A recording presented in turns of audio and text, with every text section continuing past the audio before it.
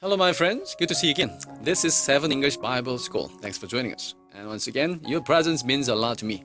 God bless you and keep you. We have a problem that's a worldwide problem. This is a worldwide problem. But I've been congratulated by the heads of many countries on what we've been able to do. If you take a look at what we've done in terms of goggles and masks and gowns and everything else, and in particular ventilators, we're now making ventilators all over the world, thousands and thousands a month, distributing them all over the world. It will go away, and as I say, we're rounding the turn, we're rounding the corner. It's going away. We're in a situation where there are 1,000 deaths a day now, 1,000 deaths a day, and there are over 70,000 new cases per day.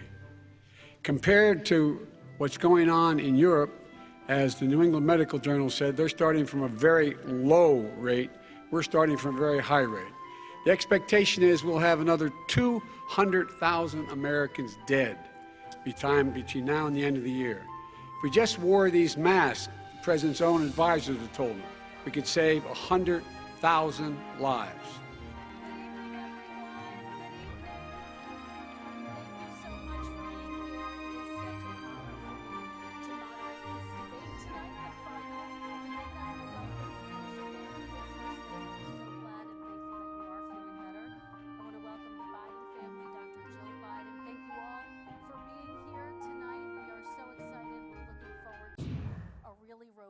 And we will begin with the fight against the coronavirus. President Trump, the first question is for you.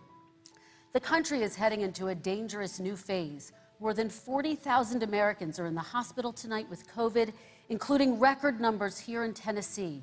And since the two of you last shared a stage, 16,000 Americans have died from COVID. So please be specific. How would you lead the country during this next stage of the coronavirus crisis? 2 minutes, uninterrupted. So, as you know, 2.2 million people modeled out were expected to die. We closed up the greatest economy in the world in order to fight this horrible disease that came from China. It's a worldwide pandemic. It's all over the world. You see the spikes in Europe and many other places right now. If you notice, the mortality rate is down 85%. The excess mortality rate is way down and much lower than almost any other country. And we're fighting it, and we're fighting it hard. There is a spike. There was a spike in Florida, and it's now gone. There was a very big spike in Texas. It's now gone. There was a very big spike in Arizona. It's now gone. And there are some spikes and surges in other places. They will soon be gone. We have a vaccine that's coming. It's ready. It's going to be announced within weeks, and it's going to be delivered. We have Operation Warp Speed, which is the military is going to distribute the vaccine.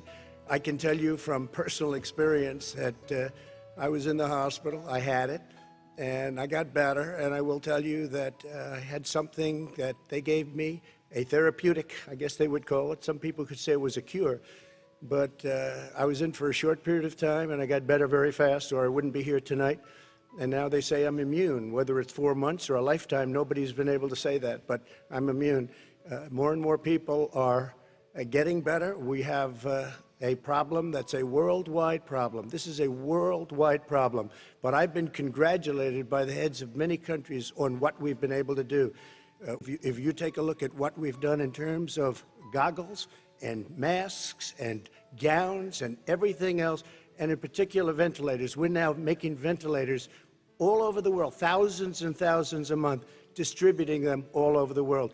It will go away, and as I say, we're rounding the turn, we're rounding the corner. It's going away. Okay, former Vice President Biden, to you, how would you lead the country out of this crisis? You have 2 minutes uninterrupted. 220,000 Americans dead.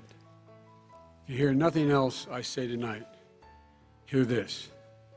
Anyone who's responsible for that many deaths should not remain as President of the United States of America.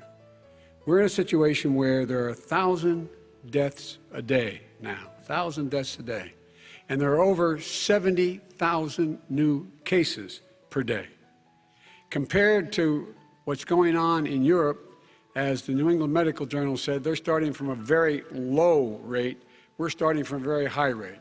The expectation is we'll have another 200,000 Americans dead between now and the end of the year. If we just wore these masks, the president's own advisors have told him, we could save 100,000 lives. And we're in a circumstance where the president thus far and still has no plan, no comprehensive plan.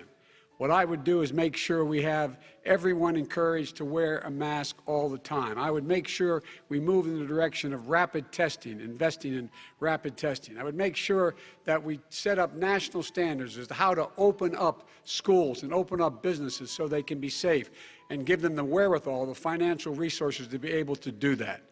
We're in a situation now where the New England Medical Journal, one of the most serious journals in the whole world, said for the first time ever that the way this president has responded to this crisis has been absolutely tragic. And so, folks, I will take care of this. I will end this. I will make sure we have a plan.